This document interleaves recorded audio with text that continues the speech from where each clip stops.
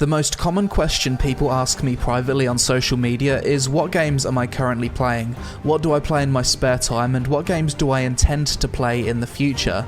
So in this video we're going to answer that question, and maybe you'll discover a new game to enjoy yourself. But first, a quick word from today's sponsor. Exile Heroes is a brand new turn-based adventure RPG and hero collector that's free to play on both Android and iOS.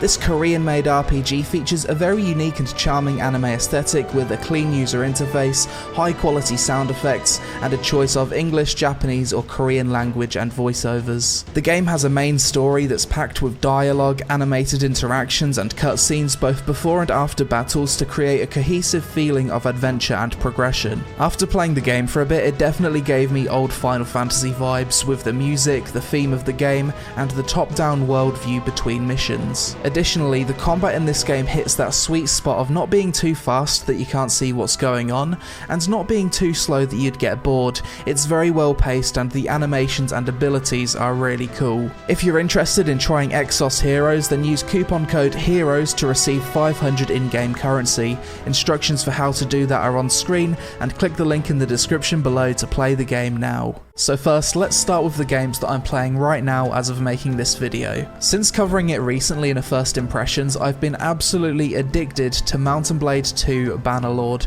specifically the campaign mode. In my video about the game, I scratched the surface and didn't understand the progression of it all too well, but since then I've watched hours of guides, downloaded mods, and really sunk my teeth into every aspect of the game. The more I've played Bannerlord, the more I can see why it's got that early access tag slapped on it even after 8 years of development. The game is still very bare bones, and many systems aren't fully fleshed out, hence the need to download mods to really get the most out of it right now. Despite this, the massive battles, the sense of progression from building an army from scratch, the management of resources, and politics against other nations has me captivated to the point where hours go by and I don't even realise it. I can't wait for it to be fully finished because even in its current state, I'm in love with this game. Old School Runescape is an MMO that I play on a fairly consistent but steady basis all year round. I've been making steady progress on my main, with my current goal being base 70 all skills, including runecrafting.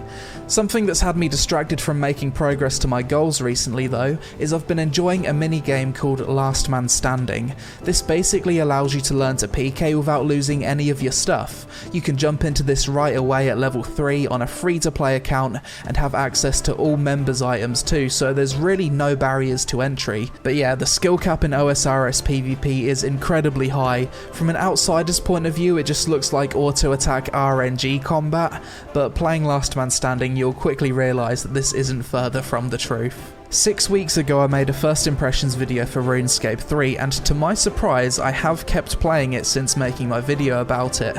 To me, RS3 is so different to old school that I can play both games and enjoy them for different reasons. I've made some pretty big progress on my main, and I'm currently working towards my goal of max cape.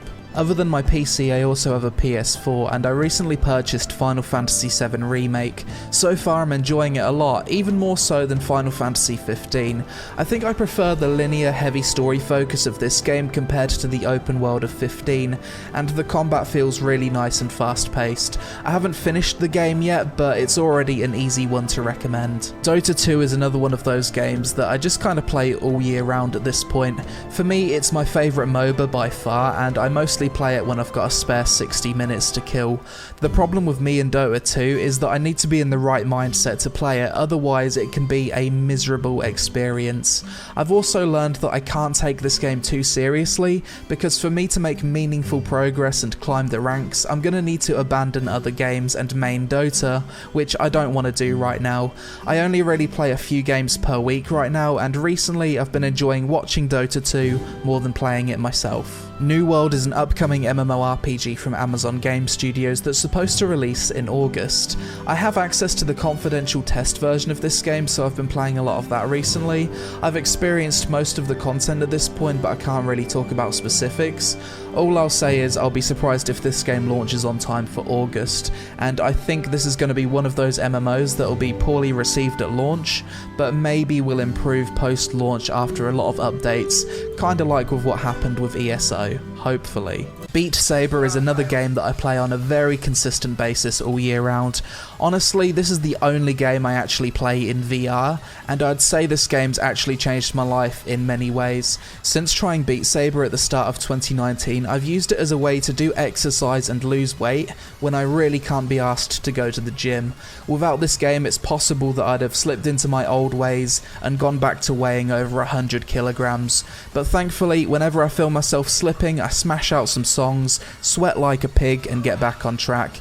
If you want to lose weight but you don't want to go to the gym, this game could change your life, and honestly it's worth buying VR just for this game alone. Archeage has just launched a Southeast Asian server, so as this video goes live I'm probably playing that. The game also has a new expansion called Garden of the Gods, so I want to see if that fixes my issues with the game. The main reason I'm playing on the SEA version of Archeage now is I don't have any English speaking MMO friends who play games on SEA servers, so hopefully playing this version of Archeage will change that. I'm also not going to be restricted on class choice due to bad ping now, so that's another reason. Another medieval game I like to play a lot is Mordau. I covered this game in a video in 2019, and this was another game I continued to play after my first impressions. For a first-person medieval PvP game, there's nothing better than Mordau. The battles are large, the combat and gore is satisfying, and the skill cap is super high. It's one of those games that's hard to put down because you end up saying to yourself, just one more game, and even though Mordau is a fairly balanced game with a short time to kill, high skill players can easily take on groups of 4 or 5 unskilled players. Highly recommend. Next, let's talk about some games that are releasing big expansions that I intend to come back for to check out. World of Warcraft's new expansion Shadowlands should be releasing sometime towards the end of 2020, and I'm pretty sure I'll be giving it a good solid try. A few months back I prepared myself for the new expansion already by leveling every class to 120, and I recently got the BFA Pathfinder achievement. The reason I'm more optimistic and willing to play Shadowlands is the expansion is said to be a lot more alt-friendly, and as someone who loves playing multiple classes, I think this will keep me around for a bit longer. Elder Scrolls Online has recently launched a new expansion, and I plan on checking out the game again really soon. I actually played a lot of ESO in 2019 before moving to Thailand, and the only reason I stopped playing was due to ping issues connecting to Europe, and the game not having an Asian server. I like ESO because it's a great game if you're a completionist. It has a good story, you can 100% each of the zones in the game with delves, open world dungeons and world bosses, and the game has a really nice mix of PvP and PvE content. It's an easy MMO to recommend, although admittedly for me it was a hard MMO to get into at first. Guild Wars 2 is another MMO that I was playing on a fairly consistent basis before moving to Thailand, and like ESO, I stopped playing due to ping issues and all of my characters being on a US server. For me, I mostly played Guild Wars 2 for the PvP. I would spend hours running around in a big Zerg having massive battles in world vs world, and as a result I earned enough tomes to have a max level character of each class. The transmog and fashion system was another thing that kept me interested for a while, as it's really extensive.